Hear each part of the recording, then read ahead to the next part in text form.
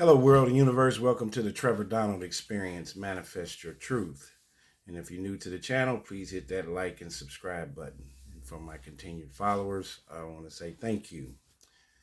And this is a weird story that's coming straight out of Milford, Connecticut. This is a bizarre story. You got to hear this one. This is about a police officer named Jared Rohrig. Police said Jared Rohrig pretended to be his twin brother in order to dupe a woman into having sex with him. The woman came to Rohrig's home in late July to see Joseph Rohrig, which is Jared's brother, twin brother.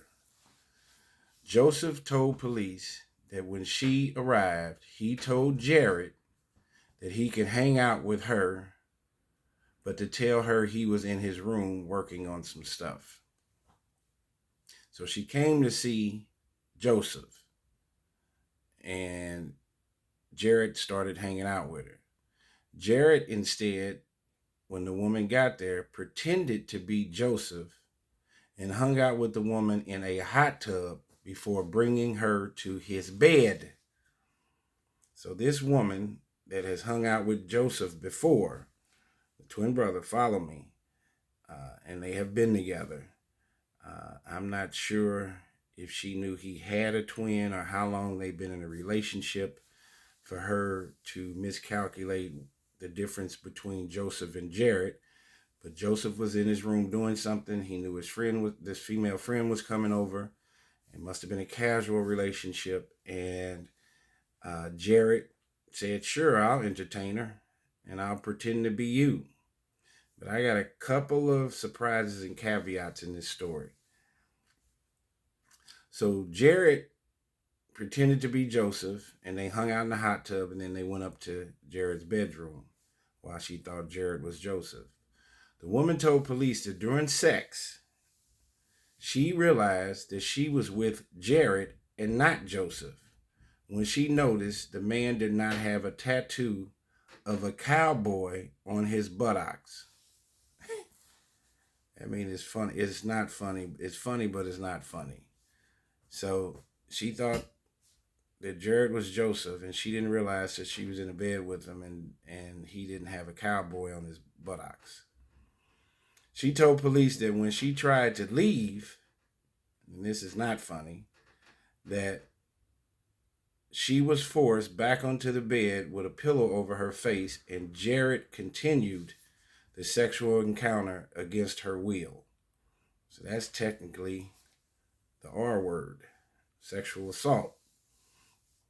As a result of Jared's arrest, when he finally got arrested, she went to the police and Jared got arrested. Jared Rohrig resigned from his post. You're not going to believe this.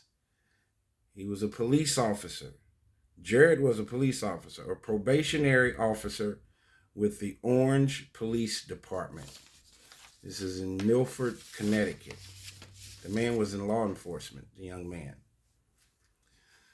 So, former Orange police officer Jared Rohrig was accused of sexually assaulting a woman he lured to his bedroom by pretending to be his twin brother.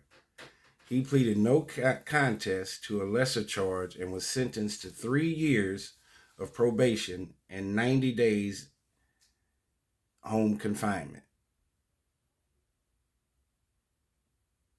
Jared Rohrig of 7 Flax Mill Lane had been originally charged with first-degree sexual assault and faced a possible 10-year mandatory prison sentence. Rohrig pleaded no contest to first-degree unlawful restraint and criminal impersonation. Rohrig, and so now that he pleaded guilty to the lesser charge, Rohrig can go to church and medical appointments and must wear an electronic monitoring device or bracelet and pay $3,000 in costs. So he can go to church. He should have been going to church before he assaulted this woman. It's amazing how when people get in trouble, they want to find God and go to church afterwards. It's a little too late for that.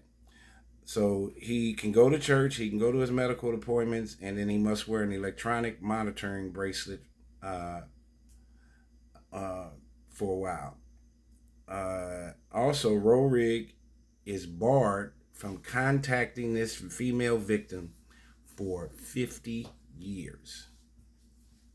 Now, what do we get out of this?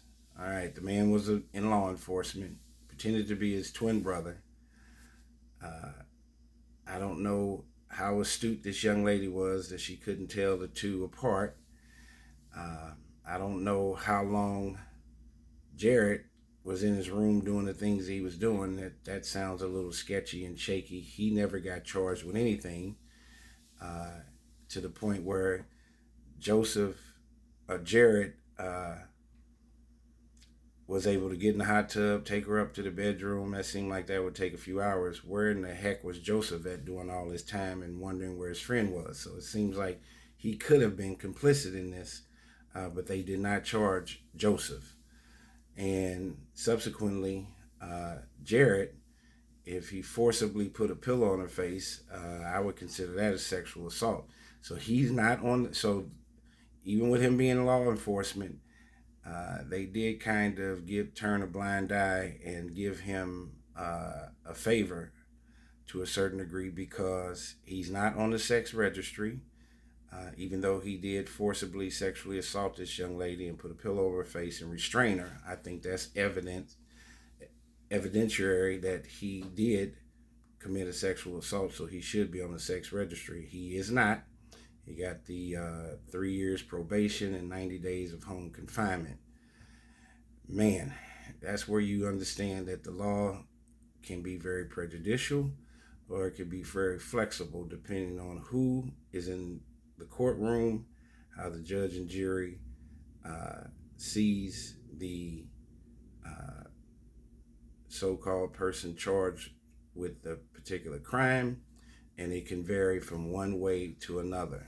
If this would have been a totally different person in a different circumstance, or even a different race, that man could have possibly done 20 or 30 years in the penitentiary and been required to be a sex offender. However, Jared only got 3 years probation and a little bit of home confinement by impersonating his brother, and had an intimate relationship encounter with a woman who thought she was with the other brother.